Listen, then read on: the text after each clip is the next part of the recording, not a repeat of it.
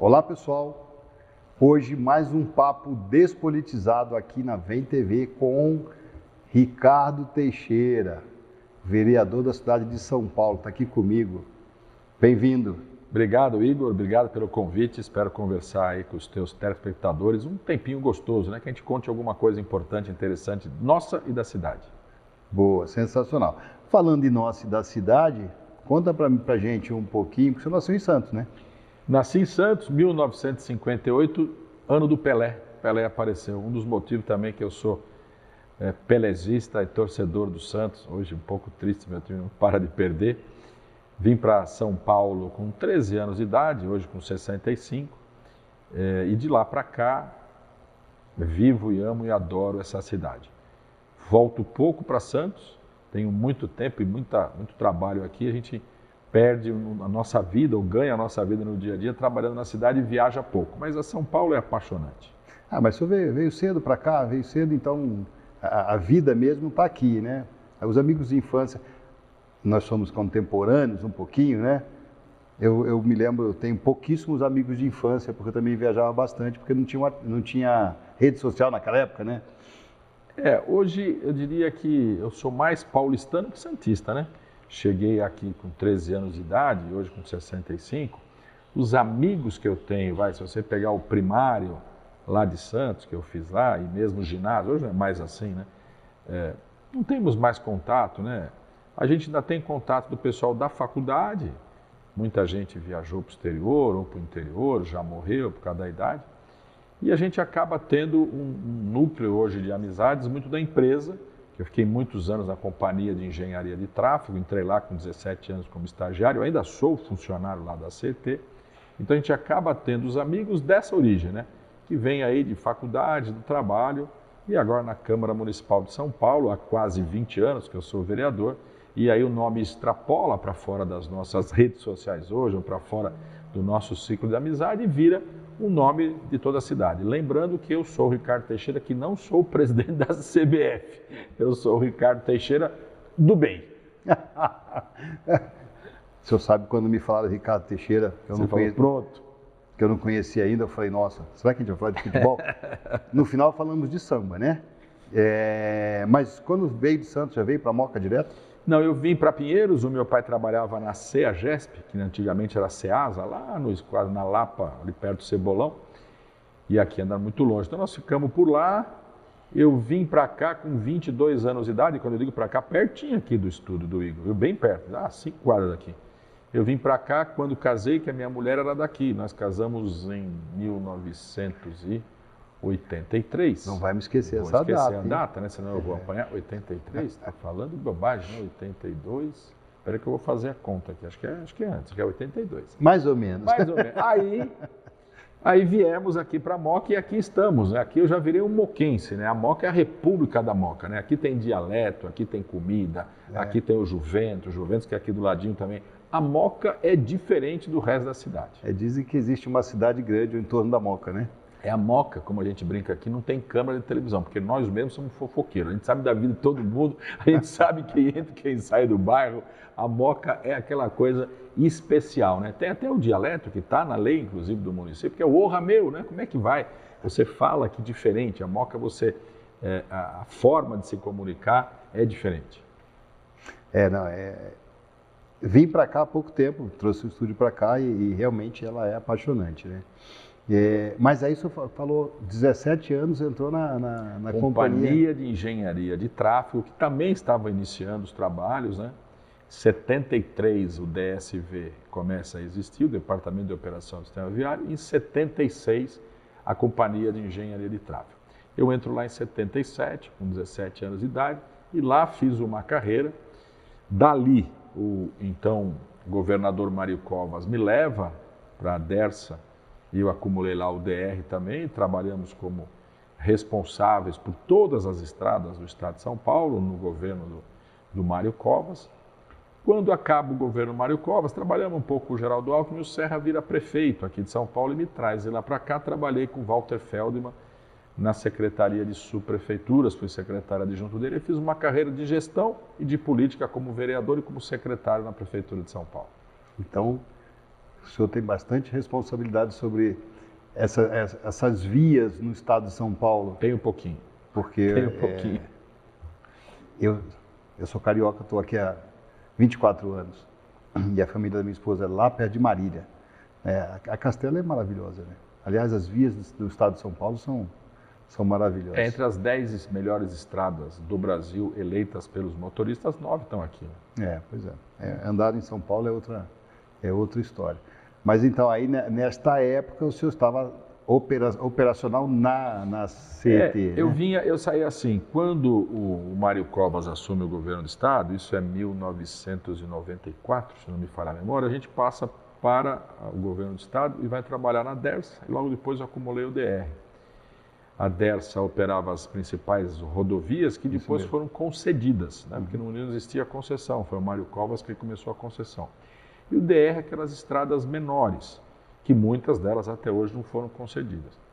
E na época o governador Mário Covas ele queria um padrão de atendimento igual na rodovia pedagiada e na rodovia não pedagiada. Então coube a nós repetir os mesmos trabalhos e serviços que iam ter as concessionárias. Por exemplo, guincho, ambulância, centro de controle, câmera de televisão, um pavimento adequado, uma sinalização adequada. Então nós foi uma grande reformulação. Até hoje, o número 0800 55 55 10 fomos nós que colocamos naquela época, 30 e tantos anos atrás, nas rodovias estaduais não concedidas, porque todas as concessionárias têm o 0800. Se você quebra teu carro lá, você pode acessar. Então, o Mário Covas tinha essa preocupação de igualar o pavimento, a sinalização, o atendimento, tudo. Nós fizemos isso pelo DR. E muita gente não sabe, o pedágio que você paga numa rodovia pedagiada, X% daquele serve para financiar a manutenção das outras estradas estaduais que você não paga pedágio. E com esse recurso, era um recurso novo que vinha para o DR, a gente começou a reparar e restaurar toda a malha viária do estado de São Paulo. Bonito trabalho, o Mário Covas era sensacional e que deu continuidade com o Geraldo Alckmin, né? Essa coisa vem. E hoje você falou de Marília, mas você vai daqui até Marília com rodovias duplicadas, né? Você vai daqui com segurança para Bauru, para Marília, para Garça, toda aquela Presidente região. Prudente, aquela região então, toda. É uma maravilha. Hoje você tem realmente uma malha viária muito boa no estado de São Paulo. Eu não tenho dúvida porque eu sou usuário bastante, né? Ou é de carro ou é de moto. Há uns 15 anos atrás eu dei uma volta no estado inteiro de moto em 5 dias. Não tenho que reclamar. São Paulo é outra história e fiquei muito feliz de saber que eu pude apertar a mão de quem, na verdade, recentemente ainda criou a faixa azul. Ele falou de moto, eu tenho medo de andar de moto, eu tenho muito respeito pelos motociclistas, motoqueiros, motofretistas, motoboy, a galera enorme que anda em motocicleta em São Paulo e no estado de São Paulo, mas eu tenho medo de andar de moto. E as motos geram muito acidente no mundo. E não pode deixar o estado de São Paulo a mesma coisa. E a gente vem com política pública para vocês motoqueiros, para vocês motociclistas.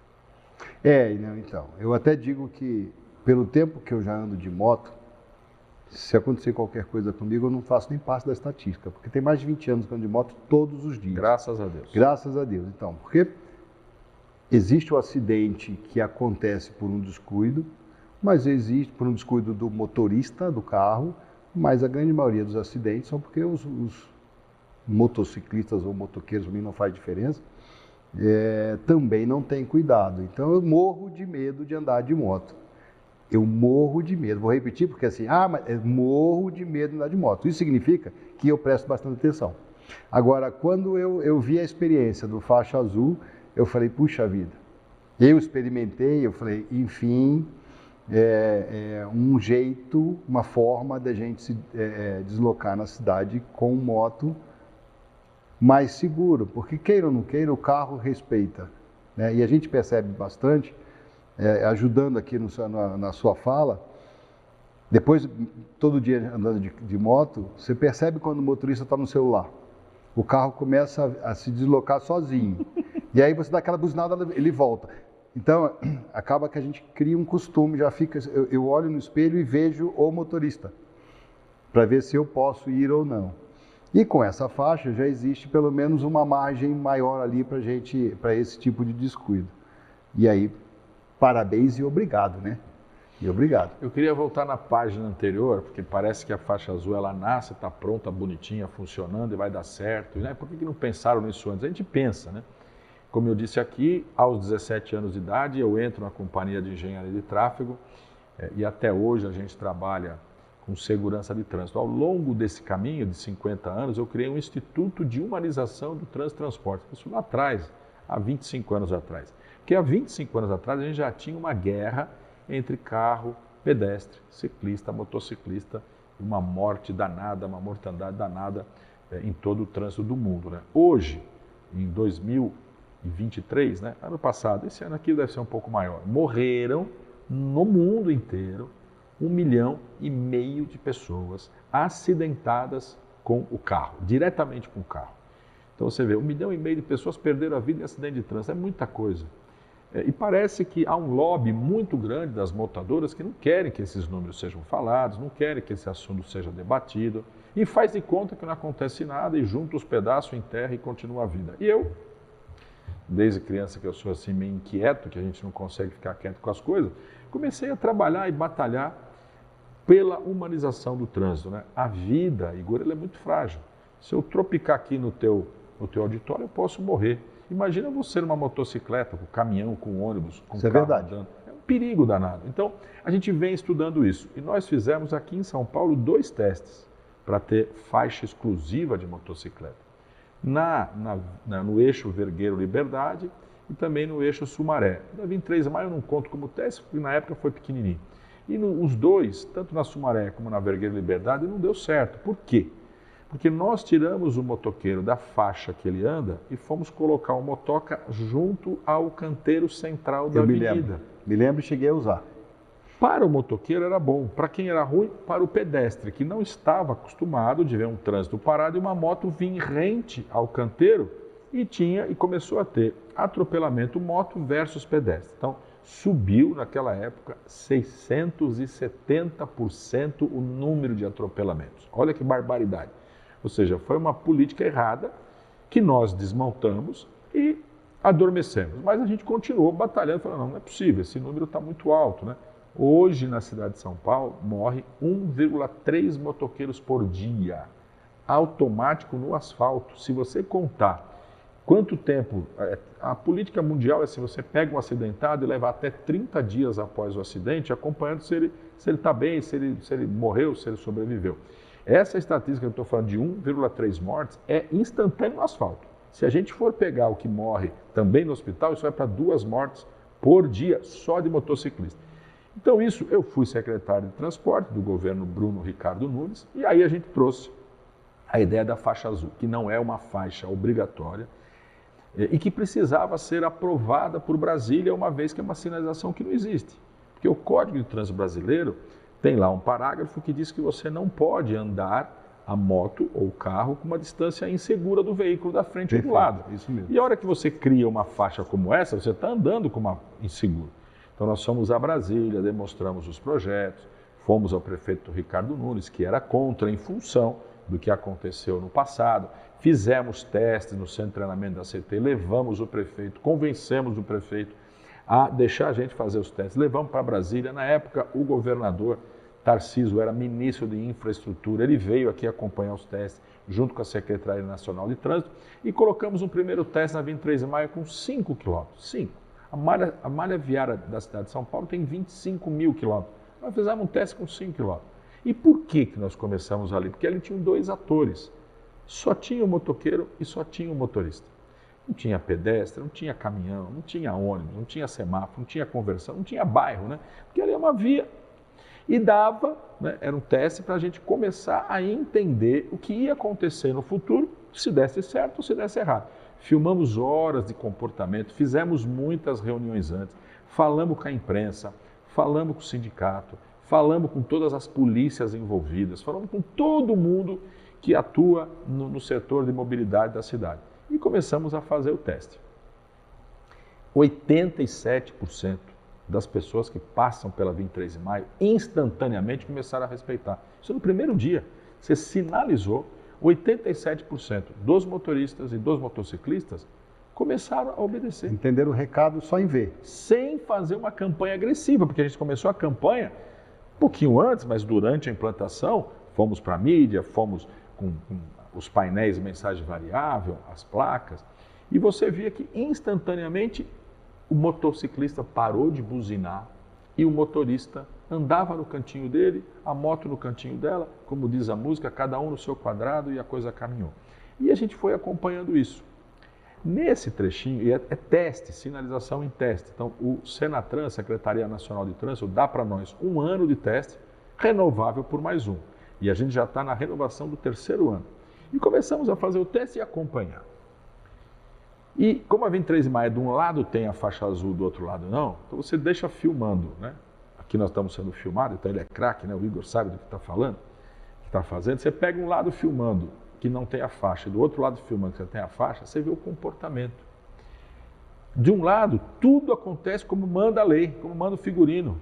Tem respeitabilidade, as pessoas são amigas, são cordiais, ninguém se xinga, ninguém fecha o outro. Aí você vai para o outro lado, parece aquele filme do Pateta, né? O Pateta fez um filme, Disneylândia, né?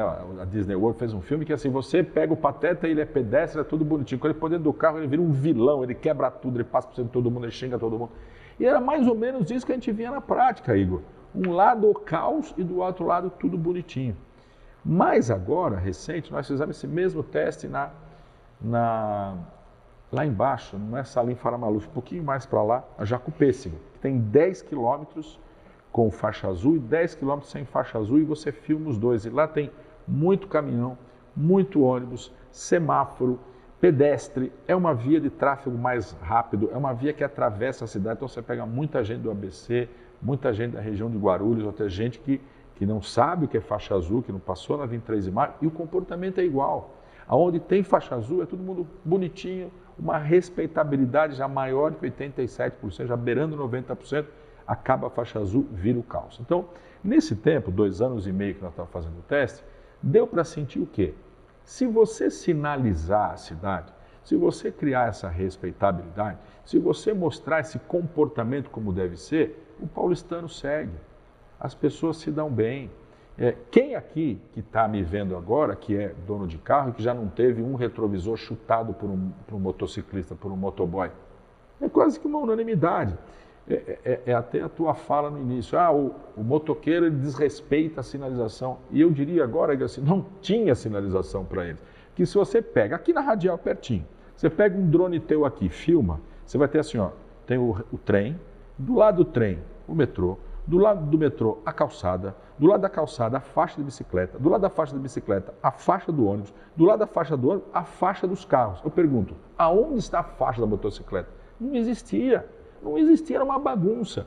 Então, ele era obrigado a desrespeitar tudo, porque ao longo do tempo a gente também estreitou a faixa dos carros para colocar mais carro. E eles não conseguem andar em canto nenhum, então a hora está na esquerda, a hora está na direita. E aí você vê que o Ricardo ou o Igor falando aqui, a gente vai falar assim, o motoboy, e ele é motociclista, o motoboy, o motoqueiro se mata porque ele quer. Não.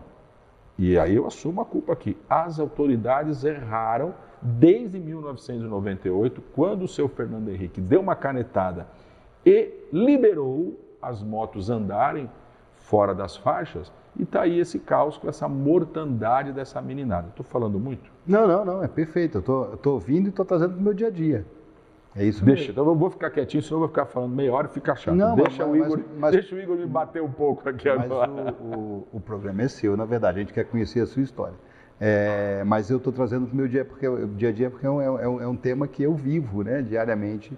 Observo uma série de coisas acontecendo também e, logicamente, eu me protejo. Teve um momento agora, no meio do ano passado, que estava bastante coisa acontecendo na empresa e eu parei de andar de moto por uns 3 ou 4 meses, porque a preocupação tira a atenção. E aí eu passei a andar de carro. Presta atenção no que ele está falando. Eu acho bacana a gente passar essas mensagens aqui, porque todo mundo tem preocupação. Mas quando senta na moto, quando a gente senta num veículo que a gente pode sofrer ou causar um acidente, a gente tem que estar ligado no que a gente está fazendo, né? E eu caí a 30 por hora, porque eu freiei errado, levei um susto, freiei errado, que a minha cabeça estava em outro lugar. Só que ali na Salim, que passa caminhão, que passa... Nossa. a 30 por hora, a queda não foi nada, só arranhou a moto, mas caminhão do lado. Eu falei, opa, fiquei uns 3 meses sem andar de moto. Quando dá essa autonomia para a moto andar no trânsito como uma faixa exclusiva, o que aconteceu foi, alguém cruzou de carro e eu travei a moto deslizou, estava garoando, a Harley pesada, ela deitou. Isso não aconteceria. Por quê? Porque na faixa, apesar de eu estar distraído, na faixa, o motorista também vai se preocupar se ele vai cruzar ou não, né? Então, é um agradecimento mesmo, não estou aqui puxando o saco, não, é agradecimento mesmo, porque muda a nossa vida. E eu espero que as outras cidades ao entorno assumam também como uma obrigação de ter nas vias rápidas, nas vias de acesso, ter essa faixa que nos coloquem em situação de segurança. Vou pegar esse gancho do Igor para falar assim, ó, essa sinalização ainda está em teste, então não teve uma resolução nacional liberando para as cidades fazerem isso. Porque como é uma sinalização nova, e um tema muito delicado, que mexe com vidas, como você falou, um tombo você mata. Você está mexendo com um comportamento de décadas, de uma forma que o motociclista e o motorista se enfrentam no dia a dia na rua, literalmente se enfrentam, né? Então, a Secretaria Nacional de Trânsito autorizou testes em São Paulo em 200 km de rua, que nós devemos estar chegando nesses 200 km agora, agosto, setembro, e autorizou já a primeira cidade fora da cidade de São Paulo, que é Santo André, que é uma ligação praticamente da Avenida do Estado, lá com a Prestes Maia, colocando mais 5 km lá de teste também. O que é importante, que começa a pegar outra cabeça de prefeito, outra cabeça de dirigente, outra cabeça, porque é uma cidade menor, do motorista, do motociclista. Então é bom para medir o comportamento. A sinalização em si, eles copiaram igualzinho aqui a de São Paulo. Mas agora é medir comportamento, é medir respeitabilidade, é medir como que o ser humano enfrenta essa nova sinalização. Então, e aí eu queria colocar mais um detalhezinho quando a gente fala exclusivamente agora do motoboy, que é o que mais morre na cidade de São Paulo, é motoboy. É menino trabalhando, entregando alguma coisa para nós que está com essa acidentalidade muito alta. E aí, assim, ó, eles morrem 50%, já quase passando um pouco disso, só nos finais de semana. No final de semana, eles morrem. Por quê? Porque nós, sociedades, exigimos que eles cheguem muito rápido na nossa casa. E não só nós, sociedade, os aplicativos também. Os aplicativos dão bônus. Olha o que eu vou dizer para você aqui. Tem um aplicativo, que eu não vou dizer o nome, porque eu estou brigando com ele na justiça, que a propaganda para os motoboys e para o cliente é assim, ó, o teu lanche custa R$10 e vai chegar em 7 minutos. Um exemplo, 7 minutos. Você fez o pedido, você já vai saber que vai pagar os R$10, tá bom. Mas você vai querer que o lanche chegue em 7 minutos. Só que ele leva 3 para fazer, está dando 4 minutos para o motoboy entregar. Vai morrer, vai matar os moleques no meio da rua. Não, eu entrei na justiça, elas estão brigando. Eu acho que esse tipo de propaganda é contra a vida humana. Perfeito. Tem outros aplicativos que falam assim, olha, eu estou com uma entrega aqui assim, quem fizer para mim vai ter mais R$4 para entregar. E aí você pega pelo próprio aplicativo, você está recebendo a tua mercadoria em casa, está vendo como ela está chegando, ele vai andar em contramão, vai passar em semáforo vermelho, vai passar por cima de calçada para ganhar R$4.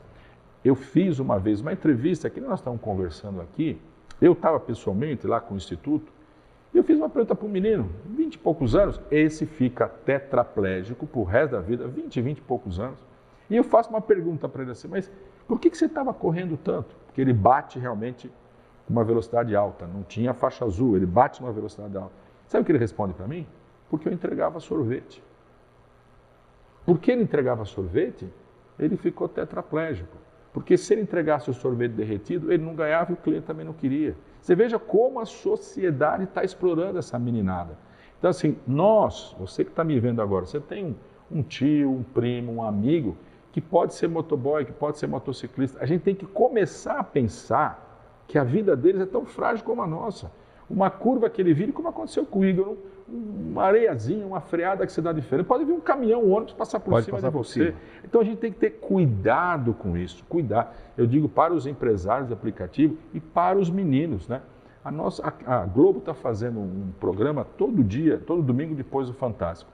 Vejam o diálogo que eles falam. É bem assim, em dia de chuva, triplica o valor que se paga. Por quê? Porque aqueles motoboys mais experientes falam assim, não, com chuva eu não vou para a rua. Com chuva eu não vou, é. Aí fica só a molecada, aí a molecada se mata em dia de chuva dispara o número de acidentes. Então, tá certo isso, quer dizer, nós estamos matando os nossos meninos, nós estamos matando os futuros homens que vão tocar esse país. Está errado, então a gente tem que dar um passo atrás. Eu não estou falando só da cidade de São Paulo, mas a cidade de São Paulo é campeã com isso. O trânsito é congestionado, as pessoas querem tudo para ontem. Tem um filme que nós fizemos lá na Companhia de Engenharia de Tráfego, que é assim. É uma moça para no semáforo. E o semáforo está vermelho, ela pega o celular e faz alguma coisa no celular com o semáforo vermelho. Quando o semáforo vai abrir, uma moto passa e dá um totozinho no retrovisor. E ela faz aquele movimento de xingar com a boca e tal. E ela sai, televisão, né? Você quer craque, é muito rápido, é coisa de 15, 16 segundos. Quando ela está chegando na porta da casa dela, o filho está pegando uma pizza daquele motoboy que deu um tapa no retrovisor dela. Ou seja, filho, estou chegando em casa, a pizza está chegando, vai descendo, o moleque desce. Aquele motoqueiro, se ele não chegar no horário, pode ser que ele não receba. É muito triste isso, né? Nós estamos vivendo o quê? Uma selva. Se eu ficar dando exemplos aqui, lá na pandemia, um outro aplicativo, que eu também brigo com eles, não quero dar um nome, o rapaz sai na pandemia, hein, que a gente só recebia a mercadoria com os heróis motoboys. Ele sai para entregar uma mercadoria e morre no caminho. Qual foi a providência que o aplicativo fez? Mandou um outro lanche, largou o corpo lá, sem dar nenhuma assistência. E sabe o que está escrito nos autos? Não é meu funcionário. Eu tenho uma entrega de lanche. Ele só fazia parte de ser um entregador. Ou seja, é uma frieza muito grande. Então, nós precisamos rever essas coisas, porque a faixa azul, ela não é uma bolha de vidro que você pode fazer tudo lá dentro e não vai acontecer nada. Ela simplesmente criou uma área para o menino andar. Menino, o Igor tem os cabelinhos brancos, mas já elogiou aqui a faixa azul. Eu ando também, andarei em todos que tiverem. Então, assim, nós precisamos rever esse conceito. O trânsito no mundo está indo para um lado e não parou. Eu estou acabando de falar, 1,5 milhão de pessoas morreram ano passado, esse ano aqui aumenta. De muita falta de educação, falta de sensibilidade, que a vida é muito frágil. Então, a faixa azul veio para ficar. Tenho certeza que o Senatran aprova essa sinalização ainda esse ano. Virou uma resolução nacional. Outros países do mundo vão copiar. É um projeto que já foi para a OMS, já foi para a ONU, já foi para a Malásia, já foi para outros países fora da América e que isso vai ser copiado pelo mundo inteiro. Mas nós, ser humano, precisamos tomar cuidado, porque às vezes, como ele disse, um tombo cai fora da faixa, alguém passa por cima. Então, apesar da faixa azul, respeite a velocidade, respeite a sinalização e respeite o ser humano que está do teu lado, né? É isso mesmo. Eu costumo dizer que algumas vezes estou numa roda de amigos, ou no bar, ou enfim, a roda de amigos, ou trabalhando, e eu ando de moto e a maioria não anda, a maioria anda de carro. E aí eu fico me perguntando se essas pessoas que estão à mesa são as mesmas que eu encontro no trânsito, que me fecha, que me xinga, né, que não me deixa passar, porque você falou de final de semana, domingo é terrível para quem anda de moto, porque aí o respeito não existe mesmo, porque troca de faixa, muda, quer disputar espaço com a moto. Nós somos mais frágeis, né? Apesar de até pelo exercício diário parecer ser mais grosseiros, porque a gente está em cima de duas rodas, se a gente cair a gente machuca, mas nós somos mais frágeis. E aí qualquer coisinha, qualquer batidinha, qualquer encostar, dividiu com a gente vai perder. Quem está de moto vai perder, então não divide não. Também precisa dar espaço, mas ok. Sinaliza, bota a seta, avisa que vai mudar. Aí a gente vai cumprir. Olha, o programa aqui é um programa despolitizando, com o vereador Ricardo Teixeira, para saber dele, e a gente está falando de moto aqui, porque esse trabalho que você implementou dá um grande resultado na vida das pessoas, né? Eu sou um cidadão comum como outro qualquer. Acho que uma diferença que eu tenho é ser inquieto. Eu não consigo ver coisa errada e não meter o bedelho e tentar resolver. Como o prefeito Ricardo Nunes, me deram essa oportunidade de ser secretário de transporte, eu falei, eu vou meter o dedo na ferida como eu fiz. Deu certo. E eu costumo dizer aos amigos, e vou aqui falar no teu programa, posso morrer em paz, porque o meu legado ficou aí. quem é especialista em trânsito, quem adora mobilidade, quem a vida inteira estudou trânsito para reduzir o número de acidentes, número de vítimas, fui feliz, estou tranquilo e espero que isso seja copiado por muitos países do mundo. Eu também. E já pode começar pelas cidades ao entorno. Amém, que comece. Né? E aí a gente vai começar a viver mais tranquilo também. E o próximo desafio? Conta pra gente. Bom, olha, o próximo desafio, eu sou vereador, né? Vereador há 20 anos na cidade de São Paulo. Então, quando a gente fala de faixa azul, é um projeto aqui, eu estava vereador, mas licenciado, fui ser secretário de transporte. Eu já passei por secretaria de subprefeitura, já passei pela secretaria do Verde, do Meio Ambiente. Talvez você, vamos ver se o Igor lembra, aqui a cidade de São Paulo era a única cidade do Brasil que tinha uma inspeção veicular. A cada ano você tinha que passar o teu carro num laboratório que ia medir se estava, entre aspas, poluindo ou não poluindo o meio ambiente. Mas pasmem, isso era só a cidade de São Paulo. Se você estava em Guarulhos, em Santo André, em qualquer outra das 39 cidades da Grande São Paulo, você não precisava fazer essa regulação do seu carro. E se você tivesse de passagem aqui por São Paulo, também não precisava. Então era uma coisa que eu achava que não servia para nada. Porque por que você tem a frota de São Paulo controlada e toda a frota do país sem nenhum controle? E isso era uma briga jurídica e tal. E aí, na época, o prefeito Fernando Haddad me convida num governo de coalizão para eu ser secretário do Verde e do Meio Ambiente. Para lá fui e falei para ele, ao aceitar o convite, olha, eu só vou para lá se eu acabar com a controlar, porque eu não acredito que isso melhore o meio ambiente da cidade. E ele topou. E a gente teve lá uma batalha jurídica muito grande e conseguimos acabar com a controlar, que eu falava, no passado eu dizia isso, controlar igual papa-níquel, não serve para nada, era só para tirar o dinheiro da gente. Então, captação. É um dos outros projetos que a gente fez também na vida pública. E a vida pública, Igor, é assim, muita gente fala, mas na vida pública só tem bandido, né?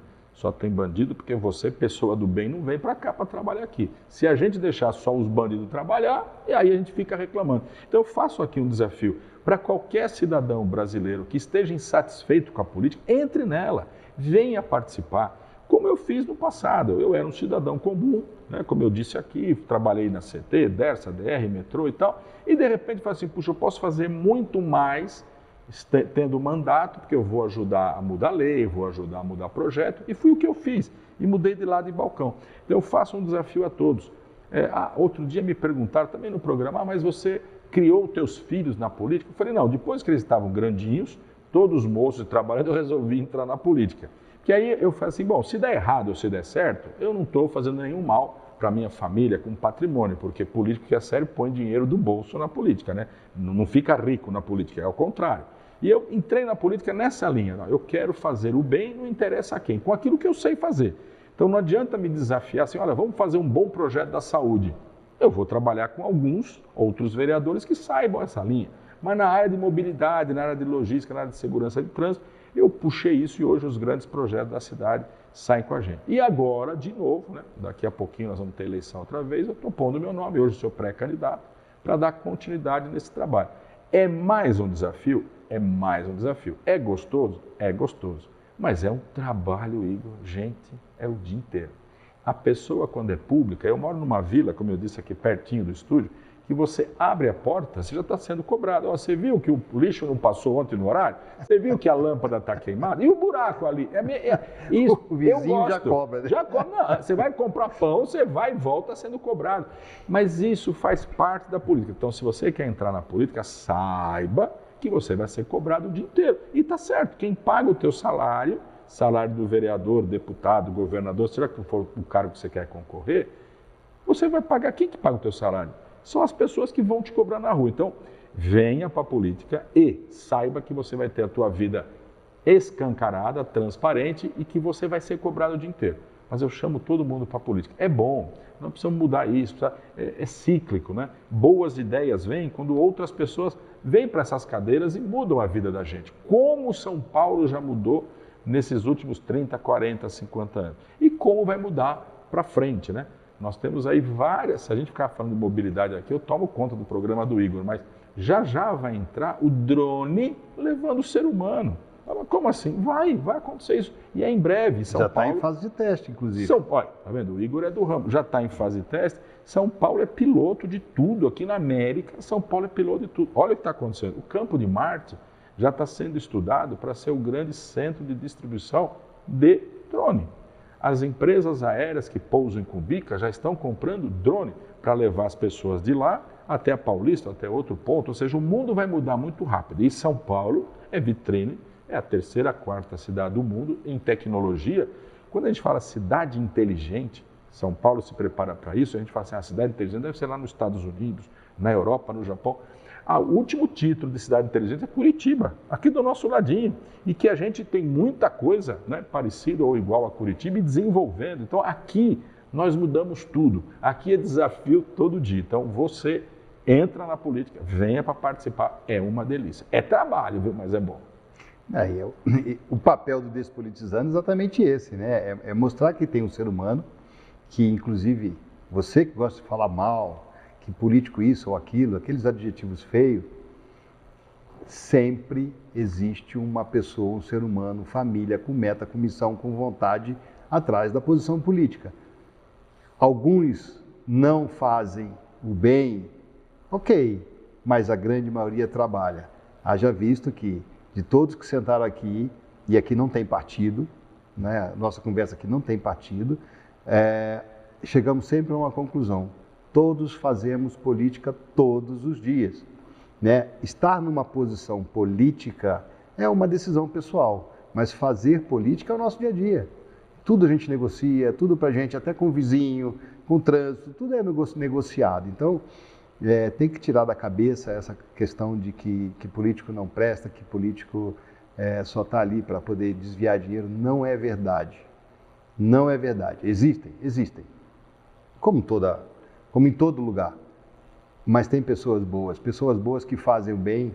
E nesse caso especificamente, eu estou me aproveitando desse bem porque a faixa azul é muito bem-vinda, e vai fazer já começou a fazer uma diferença na minha vida, ainda mais que eu vi que a Salim também vai ter. Salim Faramaluf está andando em Ayamelo, aqui pertinho também. É a gente que anda de moto todos os dias aqui na cidade, isso faz uma grande diferença.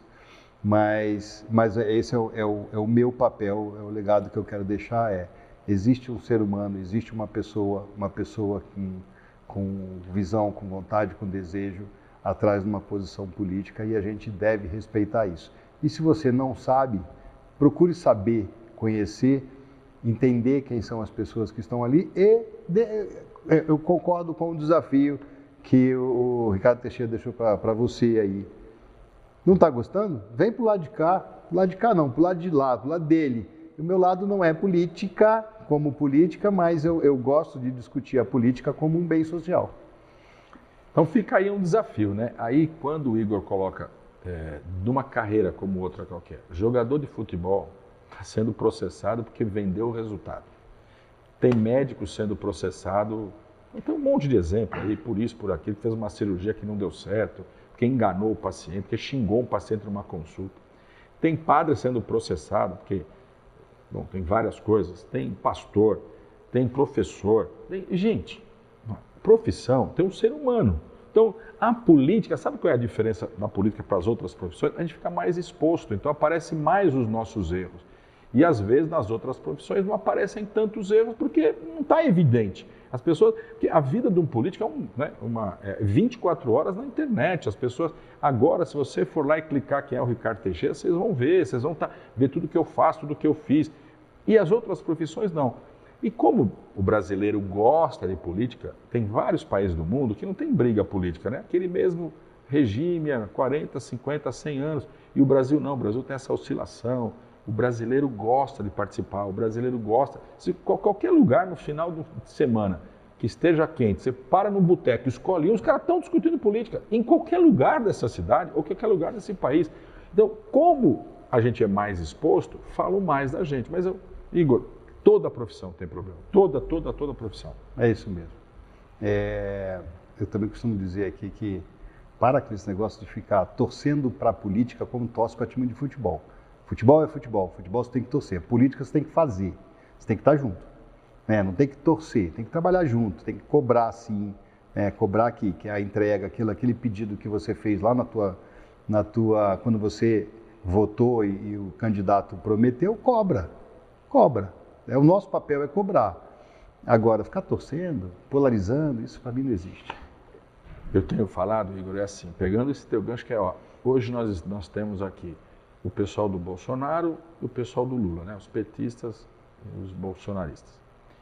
Chegou a tal grau essa briga entre eles, como você disse, torce para dar errado. Então, eu, brasileiro, estou torcendo para o presidente da República dar tudo errado, ou seja, para o Brasil perder mais ainda, para aquele presidente cair para o meu vindo no lugar dele. Para dizer que o outro estava certo. Mas assim, é mais ou menos assim, eu estou dentro de um avião, o avião está voando lá no alto, a 10 mil metros de altura, eu não gosto do piloto, eu vou torcer para o piloto ir mal e para o avião cair. É isso que o brasileiro está fazendo, porque eu não imagino uma coisa, como é que eu posso torcer? Passamos agora mesmo, Bolsonaro e agora Lula. E tinha uma turma que torcia contra o Bolsonaro, agora uma turma que torce contra o Lula. E eu digo o seguinte, eu torço a favor do Brasil, eu trabalho pelo Brasil, eu quero ver o Brasil crescer, porque se o Brasil cresce é bom para mim, é bom para você, é bom para a minha cidade, é bom para a minha família. Eu não consigo entender essas pessoas um torcendo contra o outro. Não é Palmeiras e Corinthians, não é Flamengo e Fluminense. Exatamente. É a nossa vida que está em jogo no dia a dia. Nós temos que torcer para o presidente dar certo. Na hora da eleição, você vota em quem você quiser. Virou o dia da eleição, nós temos que unir todo mundo e trabalhar a favor. É isso. A mensagem que fica exatamente essa. Temos que torcer, sim, a favor do melhor. Então, que quem está na situação faça o bem para todos. Se fizer errado, cobra. E tira ele. Esse é o nosso papel. Tira ele. Na próxima eleição, tira. Pronto, exatamente. Não tem problema. Escolha o candidato com consciência. Mas despolitizando, é o CPF, é a pessoa, é o ser humano. E muito obrigado pelo nosso papo. Muito obrigado pela sua presença. A gente tinha muito mais para ficar aqui. É que eu sou chato, eu fico repetindo as coisas. A gente volta outro dia para falar. Eu brinco, você pode falar mais mentira aqui no ar. Então, tem um outro programa aqui que a gente fala de motos, que especificamente de motos, que a gente vai falar da questão da legislação e tudo mais, do trânsito. Mas muito obrigado pela sua presença. Estou à disposição, Igor. Um grande prazer em conhecê-lo. Obrigado. E deixo aberto para o senhor passar uma mensagem que queira aqui para a gente encerrar com uma mensagem sua. Fico feliz e torço pelo Igor. O Igor é um menino, está investindo muito nessa nova tecnologia de televisão. Conheço ele há pouquíssimo tempo, mas eu conheci o que ele está fazendo e trabalhando para que você em casa tenha uma informação cada vez melhor. Torço por ele. E o Ricardo Teixeira sempre se despede assim, beijo no teu coração.